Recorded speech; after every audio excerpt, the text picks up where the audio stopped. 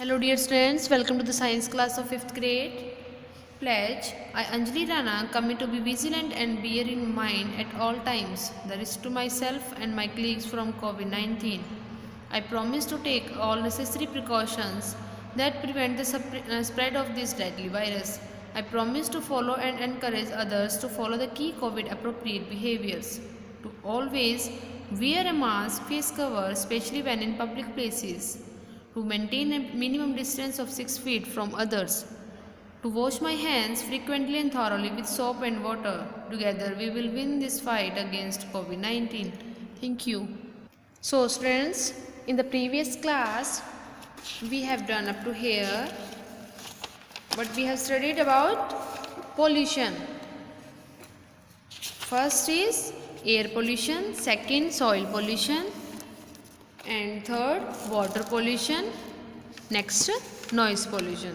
So today we will start the next topic, greenhouse effect. What is greenhouse effect? A greenhouse is mostly a glass enclosure used in cold climates to grow plants. ज़्यादा ठंड वाले जो climates होता है वहाँ पर हम glasses में प्लांट्स को ग्रो करते हैं. Look at the picture. ये प्लांट्स है, अंदर ग्लासेस इनको कवर किया हुआ है. आपने कई जगह देखा भी होगा, है ना. Glass allows light to enter the enclosure. Glass क्या करता है, लाइट्स को अंदर भेजता है. ठीक है. The light energy heats the inside. Light से क्या होता है, हीट मिलती है प्लांट्स को. ठीक है. The glass enclosure trapped this heat and prevents it from escaping outside. Thus, the inside of the enclosure becomes warmer than the outside. ज़्यादा ठंड होती है. ठीक है. ज़्यादा ठंड होने बाहर जो एटमॉस्फेयर है वहाँ बहुत ठंड होती है, वहाँ पर कोल्ड होता है. तो इसको ग्लास को हम इस ग्लास से इसको प्लांट्स को कवर कर देते हैं, जिसकी वजह से जो ज़्यादा ठंड है वो प्लांट्स को ना लगे और वो ख़राब ना हो. तो लाइट्स क्या करती है, लाइट्स उसको हीट एनर्जी में कन्वर्ट कर देती है. जो ये ग्लास होते हैं, लाइट्स इन पर पड़ेगी तो वो एक हीट प्रोवाइड कर देगी प्लांट्स को. ठीक है. So an artificial climate is created inside the enclosure. ये बंद है जो, इनके अंदर क्या हो जाता है, एक आर्टिफिशियल क्लाइमेट बन जाता है. क्योंकि बाहर का क्लाइमेट है वो बहुत ठंड है, बट इसके अंदर क्या हो रहा है, इसके अंदर हीट प्रोवाइड होने की वजह से प्लांट को एक अलग सा ही वेदर क्रिएट हो जाता है अंदर, है ना. क्लाइमेट दूसरा चेंज हो जाता है, मीन्स इसको आर्टिफिशियल क्लाइमेट बोल सकते हो. The atmosphere of the earth behave just like a green house. वो एक जो एटमॉस्फेयर, अर्थ का एटमॉस्फेयर है वो कैसे बिहेव करता है, जैसे ग्रीन हाउस की तरह. ठीक है. Gases in the atmosphere such as carbon dioxide do what the roof of a greenhouse does. Greenhouse की तरह क्या करते हैं, वहाँ का जो एटमॉस्फेयर होता है, एटमॉस्फेयर के अंदर जो गैसेस होती हैं, जैसे कार्बन डाइऑक्साइड गैस है ना, ऐसे लगती है वो जैसे ग्रीन हाउस में होती हैं. ठीक है. During the day the sun shines through the atmosphere. Sun दिन के समय कैसे सन करता है shine, through the atmosphere. The earth's surface warms up in the sunlight. At night the earth surface cool, releasing the heat back into the air, but some of the heat is trapped by the greenhouse gases in the atmosphere. That's what keeps our earth warm. This is called greenhouse effect. तो इसमें क्या बताया है आपको, दिन के time में क्या होता है कि जो सन की रेज होती हैं, उनसे सन शाइन्स होता है ना, सन की रेज वो पूरे एटमॉस्फेयर को मीन्स पूरे एटमॉस्फेयर में सन की शाइन्स होती हैं. ठीक है. द अर्थ सरफेस वार्म, उसकी सनलाइट की वजह से क्या होता है, पूरे अर्थ को सनलाइट मिलती है. दिन के समय जैसे सूरज निकलता है तो पूरी जो सरफेस है वो गर्म हो जाता है. ठीक है. रात को क्या होता है, रात को वो सरफेस है वो ठंडा हो जाता है. अब आप अपने ही यहाँ पर लगा लो, जैसे धूप निकल रही है, धूप से जो हमारी धरती है वो गर्म हो जाती है ना. रात के टाइम पे वो कैसे हो जाती है, ठंडी हो जाती है. तो वो जो हीट होती है, जो धरती पर हमारी हीट होती है अर्थ के सरफेस पे, वो रात को रिलीज़ कर देती है हीट को. एयर में, ठीक है। एयर में मीन्स धरती ठंडी हो जाती है, वो अपनी हीट को रिलीज़ करके एयर में खुद वो कूल हो जाती हैं। तो कुछ हीट होती है वो क्या हो जाती है, वो ग्रीन हाउसेस गैसेस होती हैं, वो एटमॉस्फेयर में ग्रीन हाउसेस गैस होती हैं, वो क्या कर लेती हैं, उस हीट को एब्जॉर्ब कर लेती हैं, ठीक है। उससे क्या होता है, हमारी जो अर्थ होती है वो वार्म हो जाती है। जो कुछ गैसेस होती हैं ना, अभी मैंने बताया आपको कि जो हीट होती है वो रिलीज़ कर देता है अर्थ सरफेस, है ना।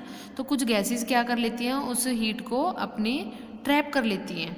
उसकी वजह से वो इफ़ेक्ट क्या डल जाता है फिर, ग्रीन हाउस इफ़ेक्ट, ठीक है। हमारी अर्थ गर्म होने का क्या कारण है, हमारी अर्थ का गर्म होना एक ग्रीन हाउस इफ़ेक्ट हो जाता है। इसी की वजह से क्या है, because of this life is possible on the earth, earth पे जो लाइफ है वो पॉसिबल इसी वजह से है क्योंकि हमें दिन में हीट मिलती है और रात को हम क्या कर लेते हैं, वो हमारे जो अर्थ सरफेस है वो ठंडा हो जाता है, सारे ग्रीन हाउस इफेक्ट की वजह से होता है, ठीक है। The gases that are responsible for the greenhouse effect are called greenhouse gases. जो गैसेज रिस्पॉन्सिबल है इस ग्रीन हाउस इफेक्ट में, ठीक है, वो उनको क्या बोलते हैं, green house gases. During the day, when the sun's energy reach Earth's atmosphere, most of it goes right through some of bounce back into space. दिन में क्या होता है, जो सन की एनर्जी होती है, सोलर एनर्जी बोल सकते हैं आप उसको, वो क्या करती हैं, अर्थ के एटमॉस्फेयर को रीच करती हैं, वो पहुंच जाती है अर्थ एटमॉस्फेयर पे। कुछ गैसेस क्या होती है, राइट डायरेक्शन में चली जाती हैं, कुछ क्या होती हैं, वापस आ जाती हैं, ठीक है। At night most of the sun's energy escapes back into space. रात के टाइम पे मोस्टली जो सन एनर्जी होती है वो वापस आ जाती है, क्योंकि अगर वो सारी की सारी अर्थ सरफेस पे रहेंगी तो वो गर्म हो जाएगी, है ना। तो बट गर्म क्यों नहीं होती है, क्योंकि वो सारी वापस जो हीट होती है, वो एनर्जी होती है, वो सारी की सारी बैक हो जाती हैं स्पेस में। But some of it is trapped inside the atmosphere by the greenhouse gases further warming the earth. कुछ गैसेस होती हैं, अभी हमने पहले पढ़ा था कि एटमॉस्फेयर में कुछ ग्रीन हाउसेस गैसेस होती हैं जो हीट को एब्जॉर्ब कर लेती हैं, मीन्स उसको ट्रैप कर लेती हैं सन हीट को, ठीक है, सन रेज को, सन रेज नहीं, सन हीट, ठीक है। उससे क्या होता है कि अर्थ गर्म होती है, इतनी भी ठंडी नहीं होती है धरती, है ना, नॉर्मल होती है ना। तो वो किसकी वजह से होती है, कुछ गैसेस होती हैं जो वो अर्थ के सरफेस पर रह जाती हैं, जो सन हीट होती है, ठीक है। During the day atmosphere containing green house gases, जो एटमॉस्फेयर है वो कंटेन करती हैं ग्रीन हाउस गैसेज को। ये ग्रीन हाउस इफेक्ट आपको दिखाया है, कुछ रेज सन रेज देखो जैसे नीचे आ रही हैं, कुछ नीचे हैं बट कुछ वापस स्पेस में रिटर्न हो रही है ना, वापस जा रही है ना। An increase in the amount of green house gases in the air result in more heat being trapped in the atmosphere. जितनी ज़्यादा एटमॉस्फेयर में ग्रीन हाउस गैसेस होंगी उतनी ज़्यादा ही वो क्या करेंगी, हीट को ट्रैप कर लेंगी, और इतनी ही ज़्यादा जो हमारी अर्थ का सरफेस है वो गर्म रहेगा। It leads to an overall rise in the surface temperature of the earth. ये क्या करती हैं, सरफेस के टेम्परेचर को, जो अर्थ का जो सरफेस है उसके टेम्परेचर को राइज करती हैं। जितनी ज़्यादा हो जाएंगी उतना टेम्परेचर हो जाएगा ना। This is known as global warming, इसको क्या बोल देंगे, global warming. The temperature of the earth has increased by about 1 to 2 degree Fahrenheit in the last 100 years and it is increased further. क्या था कि जो अर्थ की जो टेम्परेचर है वो increased by 1 to 2 degree Fahrenheit, last 100 सालों में इतना टेम्परेचर इंक्रीज़ हुआ है, and it is increasing further, और आगे भी इंक्रीज़ हो रहा है ये।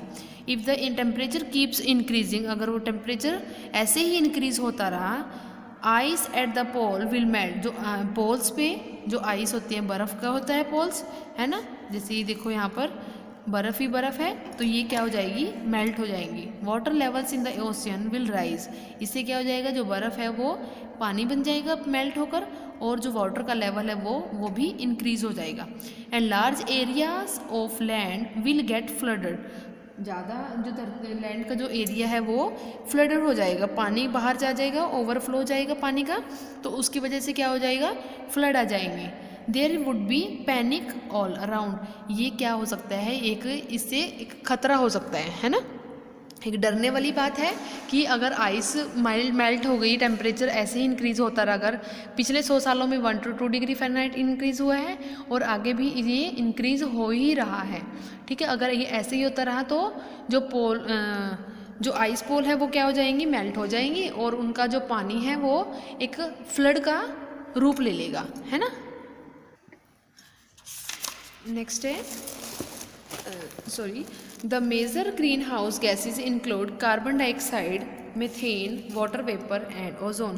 ग्रीन हाउस गैसेज कौन कौन सी बताई हैं आपको, carbon dioxide, methane, water vapours भी होते हैं इतने सारे, है ना, एंड ओजोन। ये सभी क्या हैं, ग्रीन हाउस गैसेज हैं जो हीट को ट्रैप कर लेती हैं, ठीक है। कार्बन डाइऑक्साइड गैस, ये अभी हम इसको डीपली एक्सप्लेन करेंगे। Carbon dioxide, the amount of carbon dioxide in the air has been increasing at an alarming rate. The major causes are deforestation, burning of woods and excessive use of fossil fuel. Carbon dioxide is one of the major contributor to global warming. सबसे ज़्यादा role कौन play कर रहा है global warming में, carbon dioxide gas. यहाँ पर आपको पिक्चर में भी दिखाई दे रहा है, सबसे ज़्यादा किसका है पार्ट, कार्बन डाइऑक्साइड गैस का, फिर मीथेन है, फिर और गैसेज हैं, ठीक है। ये नाइट्रस ऑक्साइड है, ये फ्लोरिनेटेड गैसेज हैं, ठीक है। तो मेजर कंट्रीब्यूटर किसका हो रहा है, कार्बन डाइऑक्साइड गैस का। So increase in the amount of carbon dioxide में result in increase rates of global warming. इसी के बढ़ने के कारण क्या हो रहा है, जो ग्लोबल वार्मिंग का रेट है वो भी इंक्रीज़ हो रहा है। जितनी ज़्यादा कार्बन डाइऑक्साइड रिलीज हो जाएगी, मीन्स इंक्रीज़ होएंगी, उससे क्या होगा, ग्लोबल वार्मिंग भी उतना ही इंक्रीज़ हो जाएगा। जो कार्बन डाइऑक्साइड है वो एक अलार्मिंग रेट पर चल रही है, मतलब बहुत ज़्यादा इसकी जो क्वांटिटी है वो बहुत ज़्यादा हो गई है। इतना नहीं होना चाहिए जितनी कार्बन डाइऑक्साइड हो, वो एक डेंजर जोन में आ गई है, ठीक है। डिफॉरेस्टेशन का भी कारण क्या है, कार्बन डाइऑक्साइड गैस। जितनी ज़्यादा कार्बन डाइऑक्साइड का डिफॉरेस्टेशन होएगा, बर्निंग ऑफ वुड और excessive use of fossil fuels. Next है methane. Methane is a natural gas and contributes to global warming. Methane is released from landfills, wetland and rice paddies. Grazing animals such as cows, buffaloes, sheep and goats also release large amount of methane into the air while digesting food. Production, distribution and combustion of fossil fuels also result in the emission of methane gas. Methane भी क्या है, एक global warming की contribution हो रही है। इसमें भी मीथेन का कितना परसेंट है ग्लोबल वार्मिंग में, 17% है ना। तो ये भी एक रीज़न है मीथेन गैस का, मीथेन गैस की वजह से ग्लोबल वार्मिंग में इंक्रीमेंट हो रहा है ना। तो मीथेन इज़ रिलीज फ्रॉम किससे होती है, लैंडफिल से, वेटलैंड से, गिल्ली जो लैंड होती है ना, तो उनकी वजह से, राइस पैडीज़ की वजह से मीथेन गैस रिलीज़ होती हैं। और मोस्टली किस में होती है, ग्रेजिंग एनिमल्स, जैसे काउज, बफेलोज ग्रेजिंग करती हैं, है ना, खाना खाती हैं वो, उन खाना खाने की वजह से क्या होता है, जो कार्बन जो मीथेन है वो रिलीज़ करती हैं एयर में, ठीक है। जिस टाइम वो डाइजेस्ट होता है उनका फूड, उस टाइम मीथेन रिलीज़ होती है, उसकी वजह से क्या हो जाता है, उसकी क्वांटिटी है जो इंक्रीज़ होता है। Production, contribution and combustion of fossil fuel, fossil fuel की वजह से भी क्या होती है, मीथेन रिलीज़ होती है, मीथेन गैस इमिशन होती है, ठीक है। तो ये सभी कारण हैं। Next, water vapours and ozone. So students, we will discuss in the next AV. We have done up to here today. Okay, listen carefully and learn this. Okay, thank you and have a nice day.